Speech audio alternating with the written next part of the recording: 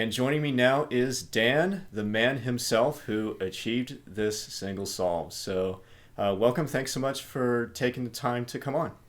Thanks for having me. Yeah, absolutely. So, yeah, I think this solve for pretty much everyone in the community has really been an emotional roller coaster, especially when it happened and then we all saw it live. But I'm eager to hear it from your end. What was going through your mind when you finished the solve and you saw that 14-second time? Well, what's funny is I was finishing up a spiel I was doing on how if you want to get faster, you don't celebrate your fast solves. Uh, and I was trying to like finish this train of thought, because it's hard to focus on like a good solve and have like a coherent train of thought going at the same time. So I was more focused on talking, and I was just kind of I just kind of went monkey mode on the solve, just started turning, and then next thing I know, it was like, what was it? It was just sledge to solve, and I look up and I'm at like 13, and I'm like, oh, okay, I'll just do the four moves, and I did it, and I don't know, like in the moment there was about a millisecond where I was like, oh cool, I got a 14, and then immediately after it was like, whoa, wait a sec, that's a big deal. Oh, yeah, most definitely. And now that it's been just about 48 hours since you did that solve, how are you feeling about it now? Well, I mean, I'm glad that I got it, and I mean that stream as a whole was great because I ended up getting another 15. So I don't know. The problem is I can't cement myself as like the best in the world or whatever because it's single. I got two really good singles. Like, what does that matter? I got lucky twice. That's really all that's saying. So, I mean, I'm glad to have a world record back. I'm glad that Tyler has something to shoot for again. That he's not just gonna hold the top rank for the next 6 months. Hopefully, I can steal some more world records. I think this is just proving to myself that I'm not as rusty as I thought I was. I'm still in contention for all these top spots. So, it'll just be just looking to where we go next after this. Yeah, I definitely think, yeah, this is only really the beginning here, but it's still very exciting.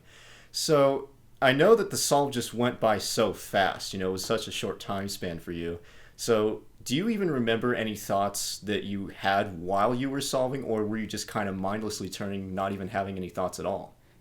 Well, again, I was trying to finish that train of thought, so like it was just muscle memory, my brain just kind of going, oh, okay, this goes here, and I didn't really think about how, oh, hey, this is pretty good.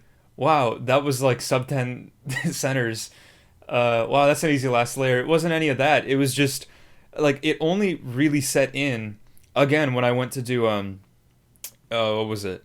When I went to do that last sledge where it was just four moves to solve. That's when I really kind of like looked at it and was like, hey, that was pretty good actually. Hmm.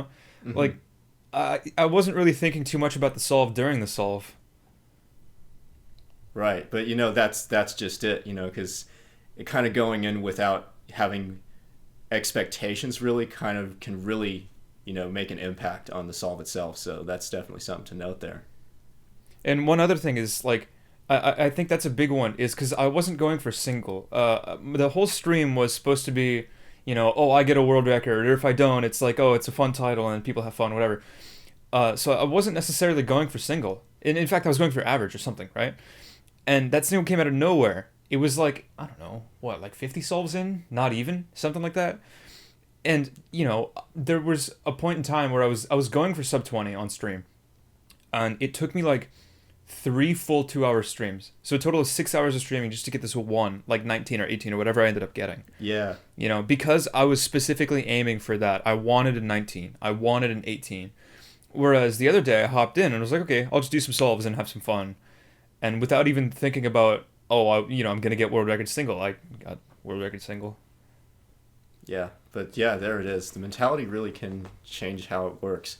So, the other thing is, again, you're not just good with single solves. You've held average, world bests in all the categories, really, over multiple times. So, there was no like magic wand that was waved and you were automatically a sub 20 solver, right? So, in what ways have you been approaching your practice with FTO solving to really improve so much? And um, more recently, were you ever practicing with that 15-second barrier in mind, even for like the far off future, or how did you kind of think about that? Well, so I'll address practice in general first. So when I Hmm. started out, I think that realistically, you can get sub 30. Anybody can get sub 30 if they just do thousands and thousands of solves. I think anybody can do that. But there comes a point where you can't just get better by doing solves. There has to be a shift in mindset. Because, of course, there's these big mental barriers that you put in place for yourself, and some of them are harder to break than others. So, for example, breaking a minute. It's tough at first because, you lose a whole digit off of your timer, and the timer, the time itself shows up smaller, whatever, it looks cool. So it's hard to, it's a little bit difficult to get yourself into that mentality, right? You like look up at the timer, you're on the last step at 50 seconds, and you choke. Yeah. And then you figure that out, right? Then all of a sudden you're sub-minute. Just because you did more solves, you learn how to avoid choking like that. You're more comfortable with sub-minute. The next big barrier is sub-30. And that's another one that just takes a long time to get to. And, you get to sub-30 and all of a sudden you see this 2 at the beginning. And it's this big deal because you've been working towards it. But realistically, you can get there with a bunch of solves. The problem is the sub-20 barrier is a much, much more difficult barrier because not only does it requires, I think, 3 things. A good mindset, first of all, because without a good mindset, obviously, you're gonna choke every potential sub-20 solve. You also need to be able to turn fast and get lucky. Like, those are the 3 things that you need to do. And, you can't have one without the other. And if you don't have any of those, you won't sub-20. Or if you have, like, 1 or 2 of those, you might not sub-20. So it was that shift in mindset that you have to put in place to see a scramble for that from the beginning has potential to be a sub-20, where, for example, you see like a 4-move center and you see a built triple. That obviously has potential to be a sub-20 right off the bat.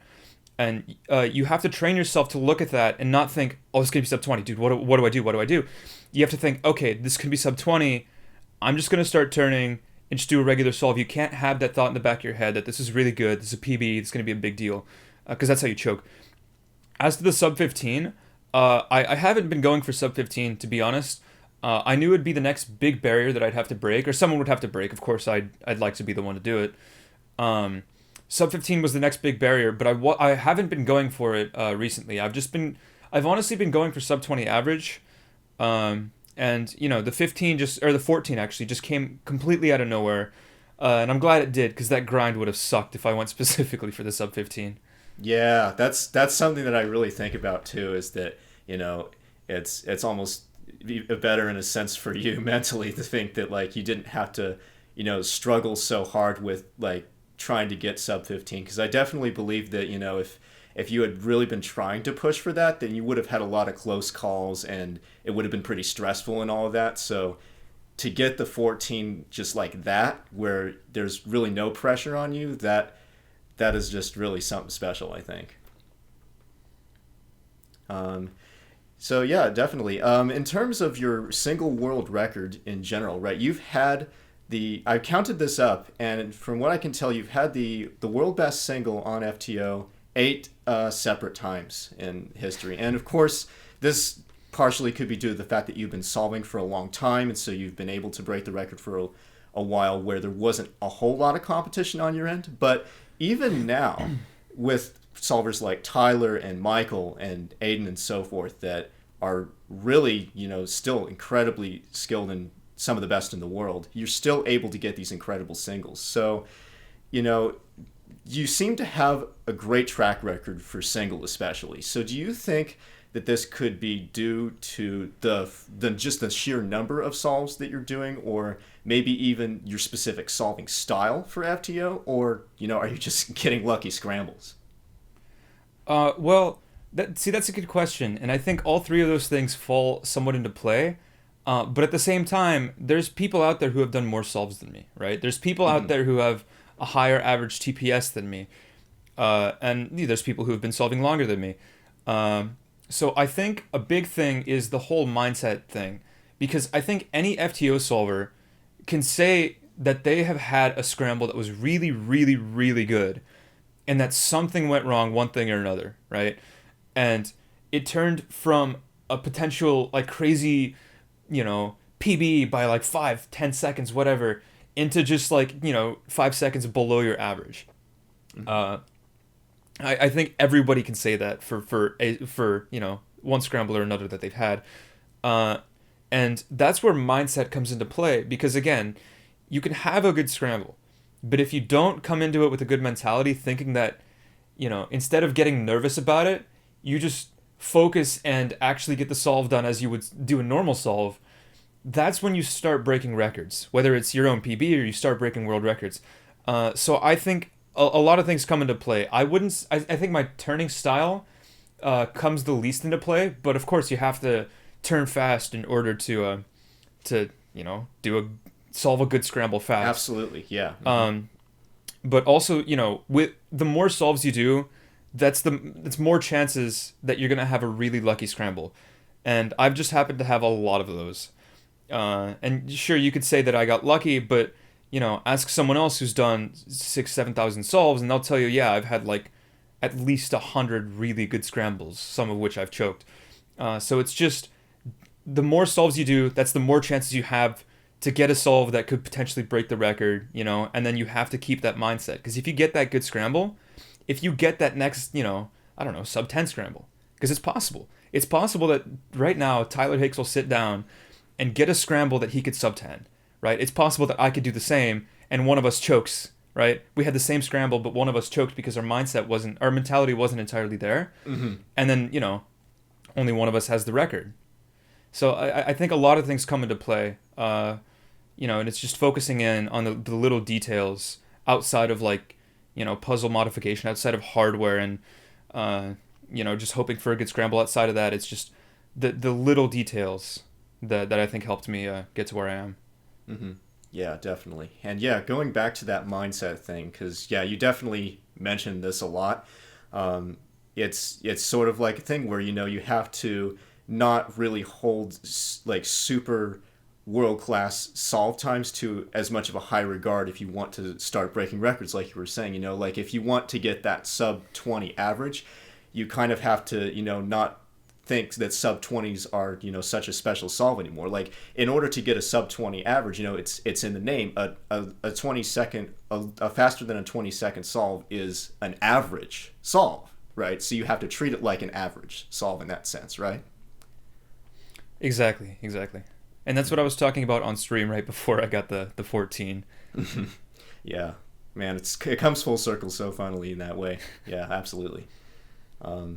So even so, this is definitely still a monumental solve and a monumental moment in the history of speed solving, just because this 15-second time, I think in a lot of people's minds, wasn't so much in the forefront, really, because a lot of solvers were starting to get faster recently, and the focus was kind of like going for sub 20 for single solves, or even average. And so in that way, I think all the focus was kind of on that and not so much on the 15-second barrier. But now we realize it's here, and it's totally something that's in the sights of people now. Absolutely. And so yeah, in general, do you think that this solve will change the way people think about FTO in general and the future of speed solving, and in what ways could it do that? I hope so. Because right now I believe it's 5 people that have a sub 20 solve. And I think there's more people out there who have a lot of potential to do that. And I think that this is going to be the solve that makes them realize that sub 20 isn't the pinnacle of FTO. It's a very, very big achievement for anybody who's been practicing and grinding for this like big 10-second barrier where all of a sudden you're in the tens. I think that I'm hoping that this 14 lets people realize that you don't have to push yourself to be the very, very best in order to get these sub 20s. I'm hoping that more people end up pushing themselves to break this barrier and get these times more often. Hopefully the average FTO time becomes quicker as a result of this. Yeah, definitely. Very, very inspiring words indeed. And I think it gives a lot of people, especially me, hope that eventually that we'll get there. So yeah, any last comments or thoughts about the solve, or just about FTO in general, that you'd like to say here? Well, I mean, as always, I have to plug the FTO for WCA. I don't know, directly or indirectly, hopefully this solve has some sort of impact on that movement. I don't know, maybe someone sees the Twitch clip. Maybe somebody hears about it and wants to pick it up because, that's, you know, they realize that this isn't Megaminx where, you know, when you're starting out it takes 10 minutes to solve or something, you know. Mm-hmm. Hopefully this does something, and someone sees this, and that someone shows it to someone else, that someone happens to be able to be in a position to say something to the WCA or whatever, right? I'm just hoping that as a result, directly or indirectly, this ends up growing the community to a better place and to a better future.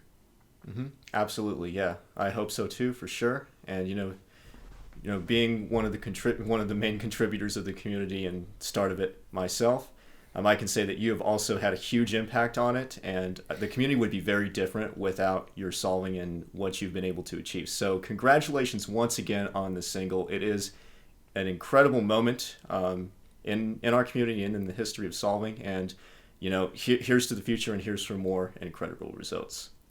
Thank you very much. Yeah, I'm Yeah. hoping that that this community keeps pushing further and further. Yeah. So thanks once again for coming on. Really interesting to hear your thoughts on this, and you know, it's really great to have you here. Thanks for having me.